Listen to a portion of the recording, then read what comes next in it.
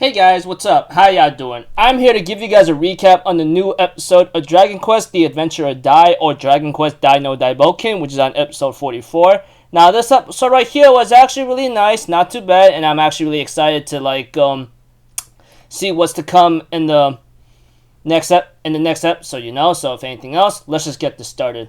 We had to it that after the opening, we had to it that Pop has to end up running away and leave Dai behind because there's no way he stands a chance against Mr. Vearn and kill Vearn, you know. The Reaper kill Vearn, we all know how strong he is, but even so, as a mage that Pop is, he's not a warrior, he's a magic user. And usually when it comes to magic users, we all know, and it's always been like that in certain fiction when it comes to anime or games or something like that, is that they suck at melee combat. And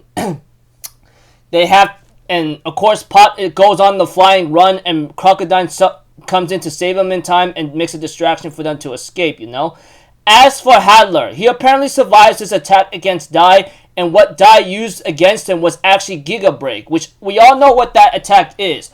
We've seen it in games, and we've seen it in this anime. That's if you've been watching it, you know. It's like Vearn will use Giga Dane and Giga Break, and that's what Dai did. I guess like father, like son. Ironic, don't you think? But that aside, we have to it that Pop gets reprimanded or he gets scolded by Chewie for messing up like that, you know, etc. And we have to it that Hinkuro ends up having to give his sympathies to freaking like Pop whatsoever, and of course some funny stuff here and there, and Crocodile and Chewie decides to go on the search party for Dai. As for Pop, he wants to find a way to help out, but apparently he doesn't have enough magic power. And of course, Pop asked Leona, hey, do you know someone who could actually restore my magic abilities? And Leona's like, there's just one person I gave some magic potion to, which Pop ends up begging the woman, or should I say whatever her name is, and he ends up doing something stupid to get the slap to the face for doing that, which I go, you freaking Dumbo, dang. But that aside, Pop, Crocodile, and Chewie decides to go to the location to go save Dai whatsoever, you know.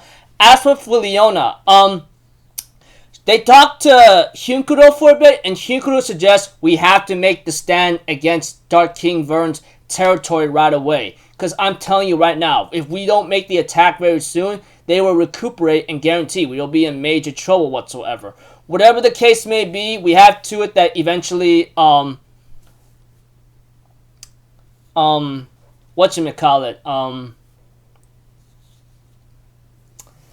that Leona would talk to the world leaders whatsoever, and they agreed to make the invasion on Dark King Vearn's territory. As for the other guy, who apparently is the one who's always proud about his weapons or something, he says, I'll give you my full support if you can find Dai, because that guy may be our biggest trump card there is to fight against this person.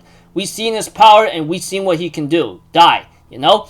And we have to it that Hala gets ready for his punishment, and he ends up giving his thanks and his sincere apologies for not looking at Mr. Vearn correctly, you know, etc. And we have to it that Hadler ends up meeting Dark King Vearn, and we get to see his face and his full entire body entirely, you know. And the guy looks very old. Even Hadler knows he could snap the guy's neck or something. And Dark King Vearn's like, you want to try, kid? But in any other ways, Hadler would not mess with him. That much is certain. His presence, his aura, and possibly his power is so great that it actually matches to Hadler himself. But Hadler's not stupid, you know? We all know that. Even though Hadler is stronger than he is before. And even Dark King Vearn says it himself. He says that your power is actually a close matchup to mine, you know? Which is really amazing, seeing how you broke out of your shell whatsoever, you know? Etc. We have to it that Dark King Vearn, after seeing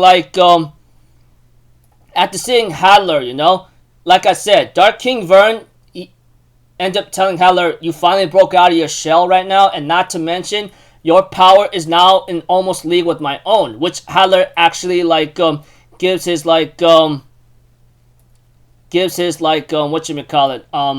compliments to. He says I see you broke out of your shell, and I'm glad you evolved further with what you have right now. So yeah, we have to it that King Vearn ends up giving his orders to Hadler, saying, I want you to continue being the Dark Commander, while Mr. Vearn take control of the commanding legion while Vearn continue your duty, you know, that kind of thing, etc.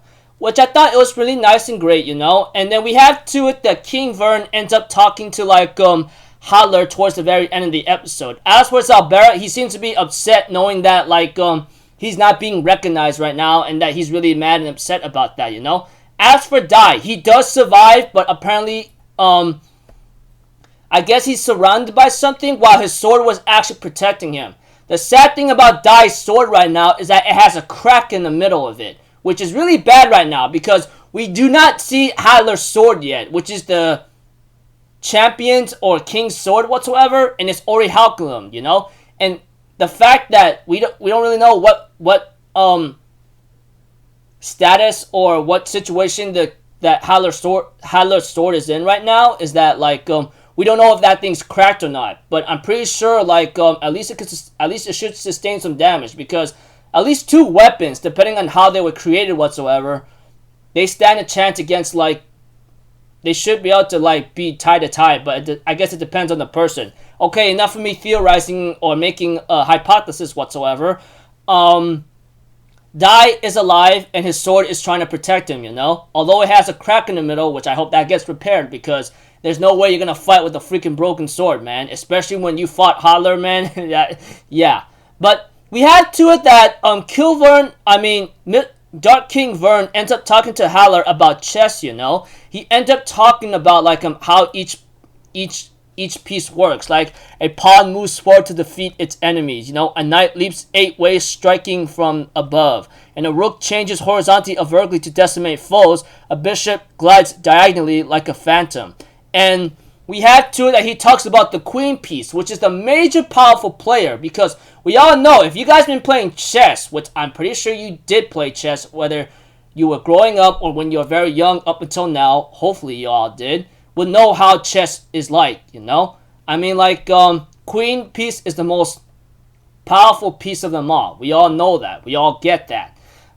And we had to it that they are actually made of Orichalcum, you know? Which is even more dangerous, because these pieces Dark King Vearn, he literally gave it to Hadler saying, here, I want you to take these pieces and use them how you wish, you know? I haven't had anyone to play with in a long time anyway, so you could if you use the forbidden magic you use to create Flazard, imagine and make those pieces the ultimate force that will serve you as their king. Imagine what they could really do whatsoever, you know, etc. But whatever the case may be, Dark King Vearn therefore tells Hadler, use these pieces of Orichalcum to your advantage, like how you made with Flazard. See how interesting it'll be, you know. And the episode ends off with Crocodile and Pop like looking for Dai in the glacier, you know. As for the preview of next episode, I'm not going to say anything there, you know, so because the preview of next episode says it all, and I decided to do some analyzing with the preview of next episode, and oh dear lord. This might look bad. Who knows? So, yep, that's about it, people. I'll see you guys in the next video. I'm Alphazero. Have a good day, and I'll see you guys next time, alright? Peace out. Bye-bye. Toot-toot-toot.